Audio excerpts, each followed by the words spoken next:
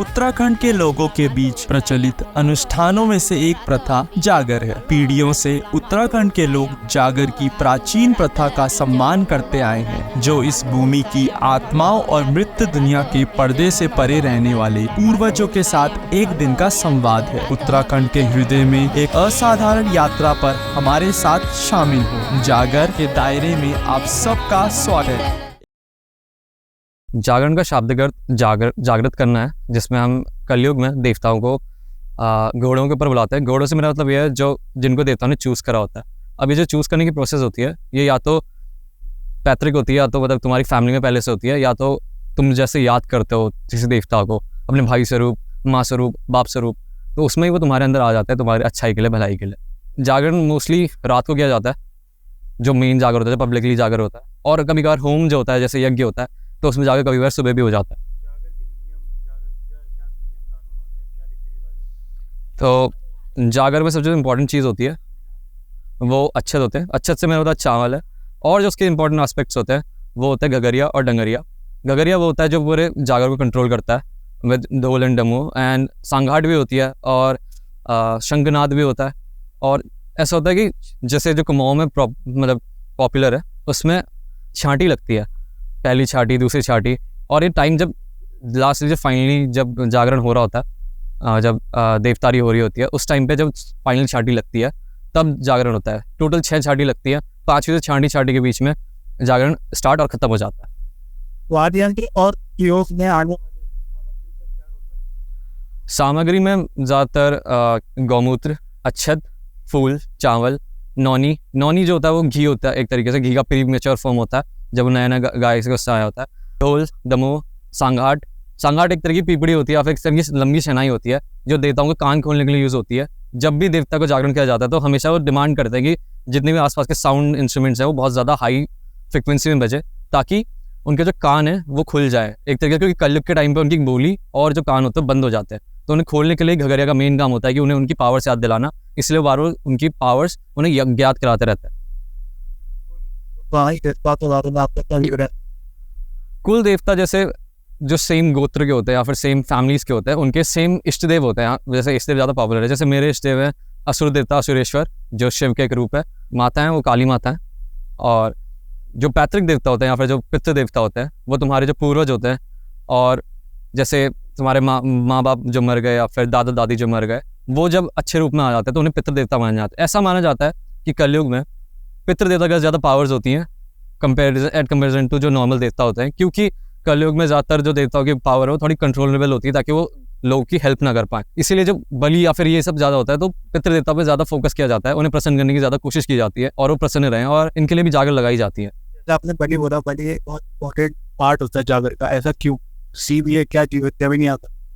बलि होती है वो देवता के लिए नहीं होती, घोड़ों के लिए होती है। देवता खुद नहीं चलता, उसके आसपास वो पूरी टोली लेके चलता है। जो देवता के आसपास रहता है वो ज़्यादातर शैतान या फिर इस दूसरी कुड़ी के होते हैं, तो उन्हें कुछ ना कुछ एक ड्राइविंग फोर्स चाहिए होती है।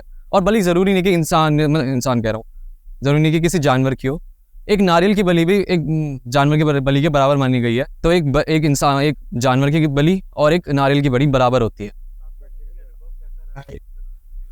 तो आप क्या अपने अगर आप अपने सम अप करना चाहेंगे तो क्या कहना चाहिए? इनिशियली तो मैं काफ़ी डरता था और मेरे को लगता था कि ऐसे कोई भी चल जाता है बीच में और नाचने लग जाता है। लेकिन जब मैंने नोटिस करा कि जब भी उनमें देवता का अवतरण होता है, जब भी जो देव डांगर होते हैं, वो धुनी के आसपास, धुनी जब जलाई जाती है, धुनी ऐसे पहले ही वो हो जाता है, अनाउंसमेंट हो जाते हैं गाँव में कि आओ देवतार लगने वाली है, तो पहले ही लकड़ी काट के रख जाती है और उन लकड़ी काटने के लिए नौजवान को बुलाया जाता है। तो जब धुनी लगती है तो धुनी के आसपास जब देवता उसके ऊपर कूद जाते हैं, कभी ऐसे ही उसमें पूरी, जब वो अपने पावर के पीक फॉर्म में होता है तो धुनी में कूद जाता है कभी कभार। तो जब देवता उस फॉर्म में होता है तो उसे कभी हर्ट नहीं होता। तो मैंने चीज़ नोटिस करी, जो नॉर्मल जो नौटंकी कर रहा होता है एक तरीके से देवतारी की, तो उसे हर्ट होता है बहुत ज़्यादा, उसके बर्न्स लगे होते हैं, वो लगे होते हैं। तो इससे काफ़ी डिफाइन हो जाता है कि हाँ ये प्योर चीज़ है और ये अनप्योर है, उसको नौटंकी कर रहा है। इससे मेरे को पहले बहुत डर लगा था। फिर जब धीरे धीरे एक्सपीरियंस करा, जब मैंने पहले अपनी पंचबली देखी, उसके बाद मेरे को बहुत अच्छा लगा उसके बाद कि ये कुछ नई चीज़ है। और जब वो बीट के फॉर्म में एक बहुत हाई पावर को जब सम अप करते हो तो उसमें बहुत अच्छा लगता है, तुम्हारी बॉडी भी एक तरीके से हल्की फील होती है।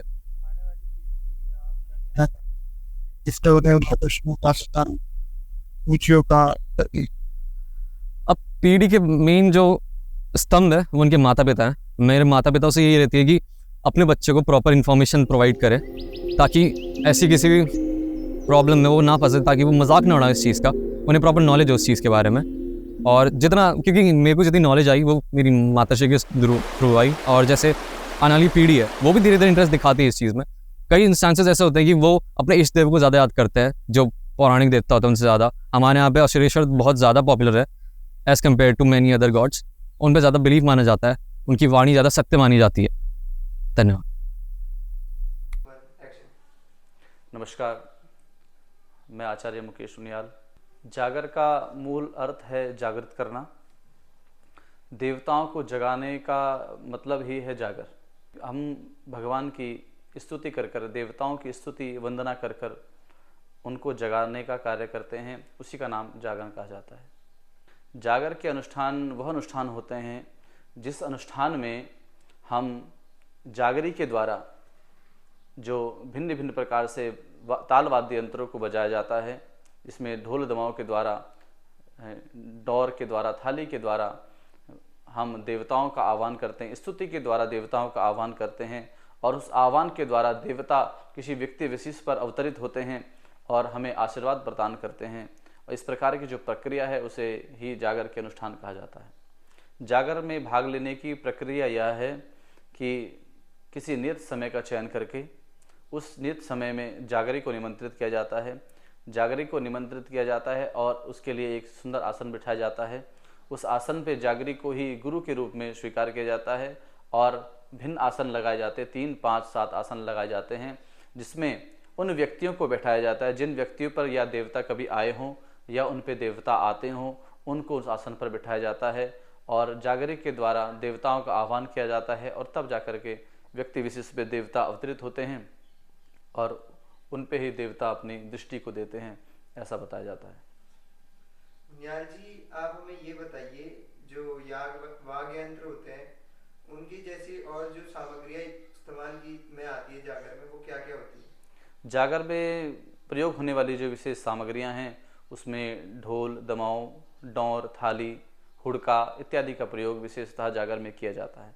और सामग्री के लिए की बात यदि करें, सामग्री के लिए इसमें सबसे पहले तो नियत स्थान पर आसनों की व्यवस्था की जाती है।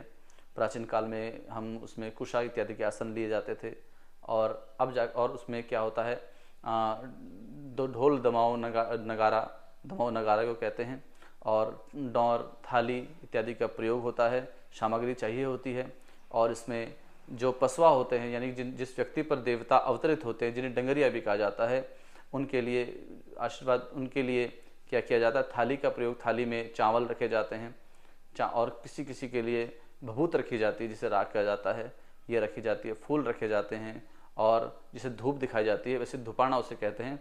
वो धूप के लिए अंगारों के में नैर, थुनेर, केदारपाती इत्यादि वनस्पतियों को डाला जाता है और तब जाकर के उससे जो सुंदर धूप निकलती है, इस प्रकार की सामग्रियों का प्रयोग विशेषता किया जाता है। बोलो बोलो बोलो, कोई नहीं क्या बता दो। ये जो चावल रखे जाते हैं थाली में, तो कई बार ऐसा होता है कि वो घर से लेके आते हैं, अगर घर का हो रहा है, हाँ बिल्कुल, जागर हो रहा है तो घर से लेके आते हैं सब लोग। ऐसा होता है। देखो, यदि ये जागर किसी के व्यक्तिगत घर पे हो रहा है तो घर की ही सामग्री उसमें प्रयोग में होती है, लेकिन ये जागर कभी कभी क्या होता है, सामूहिक रूप से किया जाता है। सामूहिक रूप से किए जाने वाला जागर गांव के या तो किसी मध्य क्षेत्र में बीच के भाग में कहीं किया जाता है या गांव के किसी मंदिर के प्रांगण में इसको किया जाता है। और मंदिर के प्रांगण में जब इस जागर को किया जाता है सामूहिक रूप से, तो सबके द्वारा अपने अपने घर से अपने अपने देवताओं के लिए, अपने अपने पितरों के निमित्त घर से चावल को लाया जाता है और अपने कुछ प्रश्न यदि पूछने होते हैं या अपनी जिज्ञासाएं कुछ प्राप्त करनी होती हैं या आशीर्वाद देवताओं से लेना होता है, तो उन चावलों को वो देवताओं को अर्पित करते हैं। हाय, माई सेल्फ यशस बेरिया, और अभी हम जिला पुस्तकालय में, और यहाँ पे हमारे कुछ दोस्त आए हुए हैं जो ये कह रहे हैं कि जागर और लोक गीत और एक तरीके से ये एक पारंपरिक चीज़ें ही हैं जो विलुप्त होती जा रही हैं, और न्यू जनरेशन को जागर, झांझरी, इन चीज़ों के बारे में बहुत कम नॉलेज है और ये कहीं ना कहीं हमारी किताबों से भी गायब होती जा रही है। और ये गढ़वाल और कुमाऊं की दोनों की धरोहर हैं, और क्योंकि हम पहले डॉक्टर जाने से पहले हम देवी देवताओं को पूजने आते हैं, क्योंकि देवभूमि है, और देवभूमि को अगर हम देवभूमि की तरह नहीं रखेंगे तो ये हम उससे सबसे बड़ा कर्तव्य हमारा देवभूमि को देवभूमि की तरह रखना ही है। और अगर हम जागर और स्पिरिचुअलिटी की बात करें तो गढ़वाल और कुमाऊँ दोनों ही अपने में बहुत ही लॉट्स ऑफ भरा है। अगर हम जौनसार की तरफ चले जाएँ तो वहाँ मासू देवता हैं। अगर हम चमोली की साइड चले जाएँ तो बद्री, केदार सभी तो हैं। और अगर आपको कुमाऊँ की साइड जाना है तो आप वहाँ चेतई जा सकते हैं, गोलजू महाराज हैं वहाँ। गोलजू महाराज अपने में इतने समृद्ध वो हैं, समृद्ध देवता हैं वहाँ के, बिना उनके कुछ वहाँ है ही नहीं। और अगर आपको देवियों में स्थान देखना है तो हम नंदाराज यात्रा देख सकते हैं, जो 14-12 साल में एक बार होती है। कहाँ नौटी गाँव के एक बुजुर्ग को माता का सपना आता है कि मेरी जात की तैयारी करो, और उसके बाद चौसंगिया भेड़ खड़ू पैदा हो जाता है और वो पूरे हिमालय तक पूरी यात्रा की अगुवाई करता है। कितनी बड़ी बात है, मतलब 12 साल में सिर्फ एक 4 सिंग वाला खड़ू ही पैदा होता है, और वो कभी पैदा नहीं होता, आपको वो कैजुअली भी नहीं दिखेगा। तो इतनी बड़ी बात, वो यात्रा पूरी हिमालय तक चलती है। वो पार्वती की अपने मायके से ससुराल जाने की कहानी है, और उसमें उस बीच उनको लाटू देवता मिलते हैं। वो उस समय जो जो राजाओं ने उनको प्रोमिस किए थे कि आप मेरे वहाँ ठहरें, तो वहाँ देखिए आप, वहाँ डोलियाँ रुकती हैं, डोलियों का नाच चलता है। किससे चलता है? हमारी अंचरियाँ चलती हैं। गाना सुनेंगे आप जीतू बगवाल वाला, तो उसमें वो उसके अपने देवी देवताओं को पुकार देता है। अब पर आंचरियाँ उनको, उसने जो प्रॉमिस किया था वो आंचरियाँ उसको लेने आती हैं। अभी रिसेंटली कोक स्टूडियो में राजू मालशाही का जागर चल रही है, तो एपण है अपना, बहुत सारी चीज़ें आप जो देख सकते हैं, कर सकते हैं। और आप अगर आपको भगवान पे यकीन है तो आप भगवान को देखना चाहते हैं तो पताल भुवनेश्वर जा सकते हैं, तो वहाँ पता लगेगा कि आपको वाकई में भगवान है, वो भी नेचुरली। वहाँ शिव जी की जटाएं हैं, शेषनाग है, शेषनाग की कमर पे पूरी रोड है, तो कहाँ से आई? मतलब आप जब वहाँ पे शिव जी की जटाएं देखेंगे, ऊपर से दूध टपकता है और नीचे पानी आ जाता है, तो आपके हाथ पाँव और रोंगटे ऐसे ही खड़े हो जाएंगे। हाट काली है गंगोली हाट में, जब कहते हैं कि वहाँ रात को अगर जब माता का बिस्तर लगता है तो वो पूरा, जब सुबह उठते हैं तो पूरा गजबज होता है। तो गजबज गढ़वाली भाषा हो गई है हमारी। तो जब आप उसको उठेंगे देखेंगे तो वहाँ रात को निकलना अलाउड नहीं है। तो ये सब स्पिरिचुअलिटी तो है। जागर, हुड़का, अब आप देखेंगे जागर में हुड़का यूज़ होता है, थाली होता है। जैसे वो थाली और हुड़का, एक रिसेंटली छोटा सा एग्जांपल देता हूँ मैं, राजूला मालू शाही में वो हुड़का और जो आपका एमटीवी कोक स्टूडियो में गाना आया है कमला देवी का, जो आप उस गाने को सुनेंगे तो उसमें हुड़का और थाली बज रही है कांसे की, तो वो एक अपने में स्पिरिचुअलिटी है। आपके रोंगटे ऐसे ही खड़े हो जाएंगे अगर उसमें कोई इंस्ट्रूमेंट ना बजे। और एक जागर में सिर्फ एक आपका एक ढोल दमाऊ वाली जागर होती है, जो बहुत बड़ी जागर होती है। इसमें नरसिंह, बड़ी बड़े कुमाऊं साइड में कत्यूर राजा, कत्यूर देवता होते हैं, उनकी जागर होती है। और कुमाऊं में यहाँ नरसिंह की होती है, कुमाऊं में भी नरसिंह की पूजा होती है। तो ये बड़े बड़े ढोल दमाओं के साथ होती है। तो आप देखेंगे नाग देवता की है, नागराजा है, डांडा नागराजा है, तो वहाँ उनका अपनी एक दबदबा है। हर एक क्षेत्रपाल है, भूमिया भूमिया हम भूमियालों की पूजा करते हैं। तो ये सब अपने में बहुत ही स्पिरिचुअल है और बहुत ही मजबूत है, और यही उत्तराखंड को सशक्त और मजबूत बनाते हैं। और इनसे ही हम अलग हैं, और इसलिए हम देवभूमि में रहते हैं। और अभी छोटे छोटे थान हैं, और छोटे छोटे थानों की पूजा करते हैं लोग। दिल्ली कहीं लग रहा है तो लोग बोलेंगे बीमार नहीं हुआ, बोले पहले देवता की दिक्कत होगी, भाई देवता नहीं पूजा इन्होंने। और वाकई में है भी ऐसा, सारी खुदाई एक तरफ और हमारे लोकल देवी देवता और हमारे सब एक तरफ हैं, और उनको पूजना बहुत ज़रूरी है, क्योंकि हम उनसे जुड़े हैं, उनसे ही हमारा वजूद शुरू है ना। और गढ़वाल और कुमाऊं में जो भी देवी देवता हैं वो सबसे भगवती प्रमुख हो गई। और शिव के ही छोटे छोटे रूप हैं, जैसे गोलजू महाराज हो गए, ये भी अपने में शिव के ही रूप हैं। अगर देखा जाए, जब नंदा राजा आते हैं इसमें लाटू देवता आते हैं, और कहीं पे भूमिया देवता आ गए। तो मतलब ये सब एक शिव के रूप है, और हम शिव के परिवार के सदस्य हैं। तो हमें इस चीज़ को बनाए रखना है, और हमें ही इस चीज़ को संजो के रखना है, ताकि हम अपने से आगे किसको दे के सकें, और आगे वाला हम अपने वाले से आगे वाले को कुछ दे सके। यही है। और बुक्स में है, और जब तक हम पढ़ेंगे नहीं तो हमें पता कैसे लगेगा। अगर हम अपने शहरों का जीवन छोड़ के अपने लोगों का, अपने लोकल लोगों का जीवन ही देखेंगे तो कैसे दे सके। अब मासू देवता है, मासू देवता से बड़ी शक्ति मैं देखता हूँ आपके जौनसार बाबर में कुछ नहीं है। अगर उन्हें हाँ कह दी तो हाँ, और ना कह दी तो ना।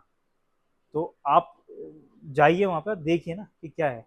और जब तक जाएंगे नहीं, देखेंगे नहीं, तो पता नहीं लगेगा और ना ही फिर वो आगे बढ़ सकेगा।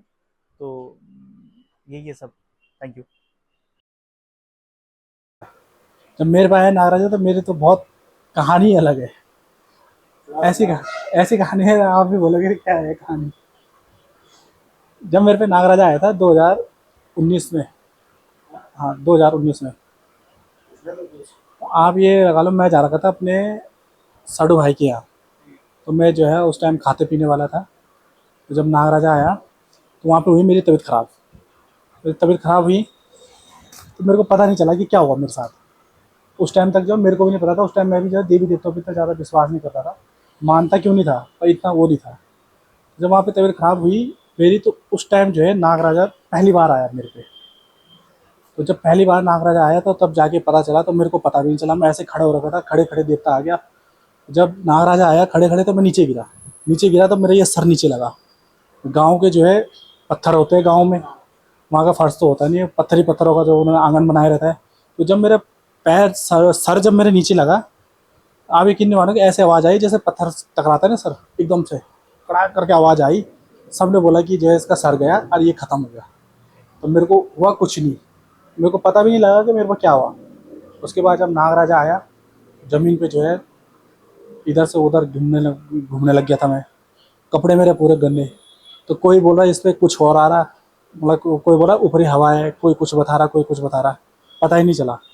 फिर जो वहाँ पे जो है मेरा साडू भाई का भाई है, उस पर भी जो है नागराजा आता है। उसने बोला कि इनका कुल का देवता है कि मत करो कुछ भी। तो जो है आज जो मैं बचा हूँ तो उसी नागराजा की कृपा से जो आज यहाँ पे बैठा हूँ, उसी नागराजा की कृपा से बचा हूँ आज जी। तो मतलब जब वहाँ पे मतलब जो किसी का एक्सीडेंट हो रखा था वहाँ पे, तो वो लग गया था मेरे पे गलती से, मतलब जो है उसका जो है पहाड़ से जो है नीचे गिर गया था। तो गाड़ी एक्सीडेंट हो गया था। तो वो जो है उस टाइम मेरे घर भी मेरे ख्याल से हल्के उल्के चल रहे होंगे। तो जब मैं वो नीचे गिरा तो मेरे को उसकी आवाज़ से सुनाई दी थी उस टाइम कि मतलब ये जो है बच्चे किसी रोने की आवाज़ आई। तो जब बच्चे किसी रोने की आवाज़ आई, मैंने बोला पता नहीं कौन रो रहा, बच्चा रो रहा है, क्या रो रहा। उठ के हम जो है घर की तरफ आ गए। शाम को तबीयत ख़राब हुई थी। उसके बाद तब जाके मेरे को पता लगा कि मतलब ऐसा ऐसा। फिर उसके बाद मैंने जो है इस अपने नागराजा की जो हमारा कुल का देवता है इसकी बहुत खोजबीन करी कि मतलब जो है कहाँ से आया है, कैसे आया है, किस पे आता था। क्योंकि जब मेरे दादाजी तो थे नहीं, पापा भी थे नहीं, अब जो घर के बड़े बुजुर्ग थे उनको भी पता नहीं था। किसी ने बताया जो है किसी के साथ, मतलब जैसे नाग नाग है, ये नाग जो है निरंकार के साथ का होता है। ये तो अम्बावती वो जो है निरंकार के साथ का होता है, या तो जो है उसके साथ का है क्या बोल रहे हैं, हाँ, निरंकार के साथ का ही है नाग। निरंकार जो देता है उसी के साथ का है नाग, उसी का रूप है दूसरा। तो ये दो ही है। तो जो है किसी ने मेरे को बोला कि जी ये भैरव देवता है, भैरव देवता के साथ है। किसी ने बोला ये दूसरे देवते के साथ का है, पर किसी ने सच्चाई नहीं बताई कि क्या है। फिर उसके बाद जो है मैंने खुद ही खोजबीन करी, खुद ही पता लगाया कि किसके साथ का है। तब जाके पता चला। तो आज जो है आज मेरे को पता लगा कि हमारा जो है नाग जो है इसके साथ का है, निरंकार के साथ का है। आज जो है मैं उसकी पूजा पाठ करता हूँ, उसकी भक्ति करता हूँ, सुबह शाम पूजा करते हैं उसके अच्छे से। तो उसकी कृपा इतनी है, मतलब काफ़ी अच्छी कृपा है उसकी मेरे पे।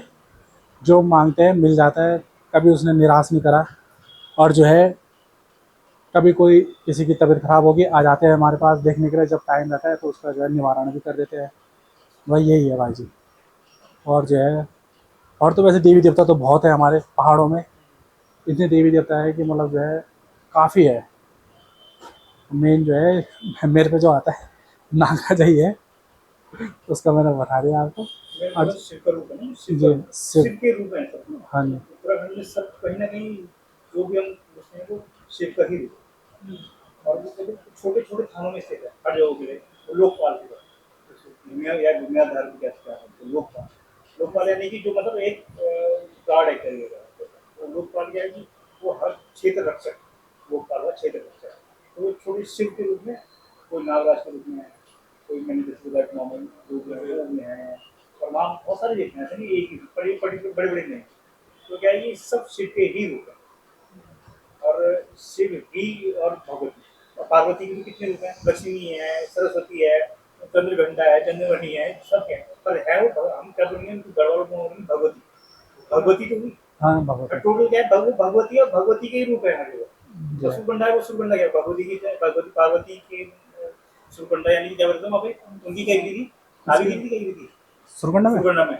हाँ नाभी गिरी थी। तो क्या है कि वो क्या है पार्वती का रूप है। पार्वती क्या है पार्वती कोई स्पेसिफिकली कोई देवी को है वो शिव की अर्धांगिनी थी तो वो बोलते हैं भगवती। तो भगवती और शिव मतलब नाग किसके पास होता है शिव के पास होता है। तो ये है कि शिव और भगवती टोटल ही पूरे उत्तराखंड में आपको कहीं ना कहीं मिली जाएगी। अब जैसे मासू देखता है वो भी शिव के रूप में आया है। और मोदी नारायण है त्रिजुगी नारायण शिव के रूप में। अब क्या कहते हैं अब मासू है मासू 4 भाई है 4 या 5 भाई है 4-5 भाई तो वो क्या है शिव के रूप में मतलब एक उनमें एक सिर्फ में उत्तरकाशी जब पोस्टर था तो सिर्फ कोटिया है पता नहीं मैं देवता का नाम नहीं आता हूँ। उनके बकरे कितने देखे हमने बड़े कितने बड़े बकरे घोड़े जितने बड़े बकरे देखे खच्चर जितने बड़े बकरे देखे और वो जब उनकी डोरी आती है उससे पहले उस बंदे पहुंच जाते हैं उनके बकरे और किसी की हिम्मत नहीं पहुंच जाती इवन बाघ की भी हिम्मत नहीं थी बकरा खा जाए सोचो और वो मतलब उनकी डोरी आने से पहले पहुंच जाता तो कुछ ना कुछ बात तो होगी ना ऐसे तो होना ही नहीं अगर उनको हाथ के भगा वो मतलब जहाँ की डोरी आती है उससे पहले पहुंच जाते हैं तो ये भी मतलब मिरेकल ही एक तरीके का और इतने बड़े बड़े बकरे हो ना मैं तो देख करके मैं क्या है देख के डर लग रहा था उस बकरे को और एक बकरा नहीं ऐसे कितने 20-60 बकरे और उनको किसी की हिम्मत नहीं कि कोई चुरा के मार दे उनको बाकी हिम्मत नहीं मार दे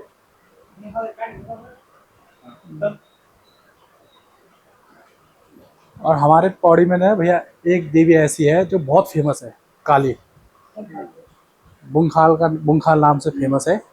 वहाँ पे बहुत इतनी ज़्यादा फेमस है उसके पास जो है जो किसी की जो है अपनी मन्नत लेके जाता था उसकी मन्नत पूरी होती थी तो वहाँ पे जो है बकरा मारना पड़ता था या तो भैंस मारनी पड़ती थी ऐसी थी वो देवी।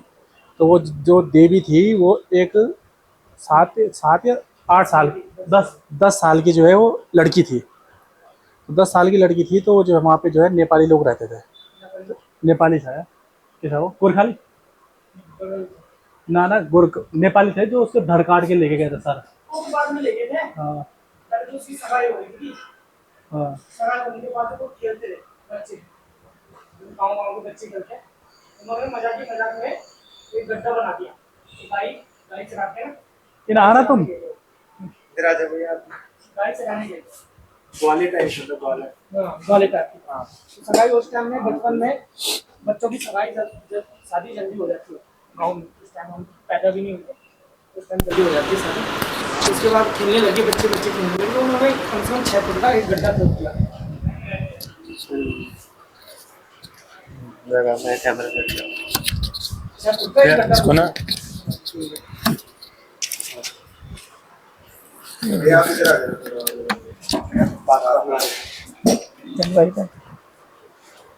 तो 6-7 बच्चे थे तो उन्होंने बता रहा भैया एक बार जी शुरू से मतलब जो आप कहानी बता रहे थे हाँ शुरू से बतानी पड़ेगी। एक बार अपना नाम बोल दो मेरा नाम राहुल है जी मेरा नाम राहुल है। तो उसकी लड़की की सगाई हो रही थी दूसरी जगह तो उस टाइम बचपन में जल्दी हमारे गांव में जल्दी हो जाती थी शादी मतलब 7-8 साल में 6-7 साल में 10 साल में तो वो 10 साल की लड़की थी तो 10 साल की लड़की थी तो उसका मतलब बच्चे खेलने चले गए गाय चराने चले गए चुगाने के लिए गाँव जंगलों में तो उन्होंने मजाक में बोला कि खेल खेलते हैं एक लुक्का छुपी के खेल। उन्होंने बोला ठीक है उन्होंने बोला ऐसा करेंगे कि एक गड्ढा खोद देते हैं तो गड्ढा खोद दिया तो गड्ढा खोलने के बाद उस लड़की ने बोला कि ऐसा करती हूँ मेरे को दबा दो यहाँ मतलब मेरे को छुपा दो तो वो वहाँ गड्ढे में बैठ गई। गड्ढे में बैठने के बाद उन्होंने ऊपर से मिट्टी डाल के सब कुछ बराबर कर दिया तो वहीं रह गई वो। तो जब कहीं से आवाज़ लगाई कि किसी ने कि तुम्हारी गाय मतलब चरने आ रही है हमारे खेतों में तो सारे बच्चे भाग गए तो भूल गए कि मतलब हमने उसे निकालना भी था तो निकाला नहीं उन्होंने तो घर गए। तो उसके बाद घर जाने के बाद गांव में हो गया कि भाई कहाँ गई लड़की तो वहाँ मर गई थी। तो उसके बाद वो रात के 12 बजे के टाइम पे अपने घर में गई एक दिया जला के बोला कि मेरे साथ ऐसे घटना होगी तो मुझे मत ढूंढो। पहले तो पूरी रात ढूंढा उसे नहीं मिली हो मुझे मत ढूंढो पर मेरे ऐसे स्थान बना दो मैं देवी बन चुकी हूँ। तो उसके बाद उनके घर वालों ने बोला कि ठीक है भाई देवी बन गई तो ठीक है। उसके बाद गए तो उसके बाद वहाँ गोरखाली आए 11 दिन बाद, तो उस लड़की का गला काट के धड़ काट के नेपाल ले गए। नेपाल ले जाने के बाद उसे उस लड़की को उल्टा डाल दिया, मतलब ये पंजे ऊपर कर दिए और सर जो धड़ का हिस्सा था वो नीचे उस गड्ढे में डाल दिया। गड्ढे में डालने के बाद उसने बोला कि मुझे बलि चाहिए।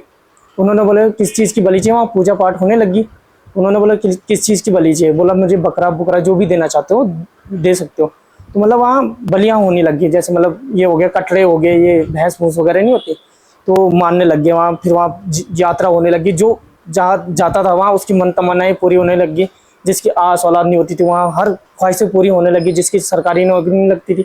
ऐसे कई सालों तक चलता गया, भीड़ भड़ा कर बहुत सालों तक चलता गया। उसके बाद जब यहाँ मतलब 2000 कितना में हुए अपन 2007 में 2007 में जब 8 की बात है। 7-8 की बात है, तो डीएम का ऑर्डर आया कि यहाँ बलि प्रथा बंद होनी चाहिए। तो जब डीएम का ऑर्डर आया तो जिस दिन बलि प्रथा होनी थी उस दिन उसके 2 लड़के मर गए। डीएम के बलि प्रथा बंद करने पे ही 2 लड़के मरे। तो उसके बाद वो डीएम वहाँ 2 इतने बड़े बड़े भैंस लेके वहाँ गया। तो उसके बाद वो बलि प्रथा बंद नहीं हुई थी। उसके बाद वहाँ के लोगों ने बहुत साल वो करने के बाद जब आगे से प्रेशर बना, उसके घर वालों को बोला, उस लड़की के घर वालों को उसके ससुराल में बोला कि भाई ये बलि प्रथा बंद होनी चाहिए, तुम ऐसा करो कि इस चीज़ को बंद करो। आगे से मतलब आदेश आ चुका। तो उन लोगों ने उसके बाद उस चीज़ को उस देवी को बांध दिया था किसी तंत्र, मतलब जो होते हैं ना पंडित पुंडित होते हैं, तो उस चीज़ से बांध दिया था। उसके बाद वहाँ अभी तक न किसी की मन तमन्ना पूरी होती है, न बलि होती है, न कुछ होता। वहाँ डोलियाँ जाती हैं, हर साल जाती हैं नवंबर में, तो हर साल वहाँ पूजा होती है, नॉर्मल सी पूजा होती है। दिसंबर के पहले हफ्ते में होती है वहाँ, जो है हर साल होती है। अब मेला बहुत बड़ा लगता है वहाँ जी, मतलब नंद राजा जत्रा हो गए, ये गोखल मेला भी बहुत भयंकर होता है, बहुत भयंकर होता है, भयंकर होता है। लाखों की भीड़ रहती है वहाँ। ये आपने ये बता रहा था, ये आपको चंपावत में ये जो होता है भगवान मेला, वहाँ देखो भगवान मेला हो गया। और ये सेममुखी में जो एक साल बाद जो है एक साल छोड़ के होता है नागराजा का मेला।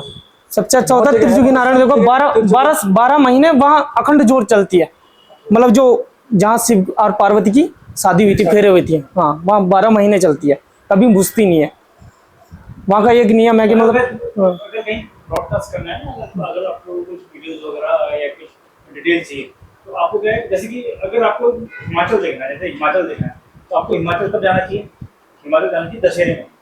कुल्लू उसका मेला बहुत भयंकर होता है, मतलब इवन सीएम तक उतर जाता है उसमें। आपको अगर आपको ओणम देखना है तो आप संक्रांति में जाइए, है ना, आपको साउथ साइड में तब जाइए। अगर आपको 12 साल में अगर स्पेसिफिक कोई चीज़ देखनी है तो नंदा राजा चित्र देखिए। अगर कुमाऊं साइड देखना है तो आप नंदा देवी के हर साल मेला लगता है, तो उस समय जाओ, क्योंकि जब लोकल तीज त्योहार होते हैं ना, तो उस समय का कल्चर उस समय दिखेगा, ऐसे नहीं दिखेगा। मतलब आपको कोई पर्टिकुलर इंसान ही दिखेगा। तो क्या जब कोई कल्चरल प्रोग्राम हो रहा है, तो क्या मेला हो रहा है, तो मेले में क्या है कि वहाँ का लोकल आदमी आपको रोड पे दिखेगा। अब लोकल आदमी तो अभी कहाँ है, देहरादून है, दिल्ली है, लोकल आदमी तो दिखेगा जब उसके घर के बाहर त्योहार चल रहे हैं, तो वो आपको उसमें रोड पे मिलेगा।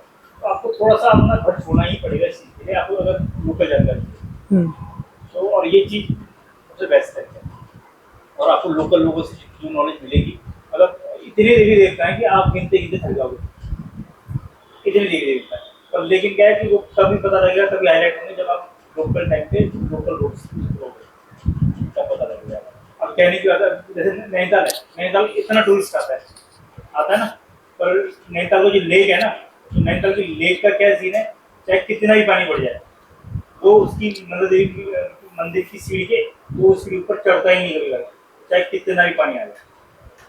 तो क्या है ना, अभी जैसे कि होमकुंड है, यहाँ पे रूपकुंड जाते हैं, नलकंकाल पड़े हैं वहाँ पे, इतने बड़े बड़े नलकंकाल पड़े हैं, मतलब पैदा हुआ बच्चा भी कम से कम 3 फीट का बच्चा होगा, सोचो। तो क्या है कि आपको लोकल चीज में उतरना पड़ेगा, दे मैंने।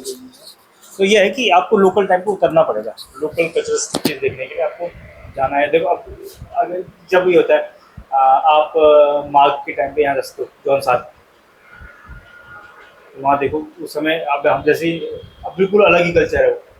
महासू देवता के मंदिर में जब मेला लगता है तब वहाँ जाओ, वहाँ तो पुछेरी बोलते हैं, पुछेरी जो पूछते हैं, वहाँ तो ऑल टाइम बैठे रहते हैं चावल लेके, कभी जाओ उन पर खट करके तो उस समय बताते हैं वो सब कुछ। तो क्या है, तो ये आपको मतलब लोकल में ही पता लगेगा। देहरादून में आप ढूंढोगे तो आपको गिने चुनी चीज़ें लगेगी। तो हाँ, वैसे देहरादून में मुश्किल है, आपको अच्छा, आपको मिलवा देंगे। जाना है मिलवा देंगे, मिलवा देंगे, मिलवा देंगे हम आपको। जान पहचान में मिलवा देंगे, पूरी कहानी यहीं बुला लेंगे, आप यहीं आ जाओ। हाँ, अच्छा ऐसा कर लेंगे, ठीक है। मिलवा देंगे, मैं जानता आप हूँ। मुझे नंबर दे देना अपना। देखो वैसे कब तक आपका वो रहेगा कि कब तक मुझसे देखो, पूछ लेना फोन करके। ये है जो है ना, जिसको हम बुलाएंगे वो ज़्यादा जो है पूजा पाठ में ही रहता है, उसको टाइम जी उसको टाइम कम मिलता है। जिस दिन उसे टाइम मिलेगा तो मैं आपको कॉल कर देंगे कि भाई जी इस दिन पे आ जाओ आप, क्योंकि एक्चुअली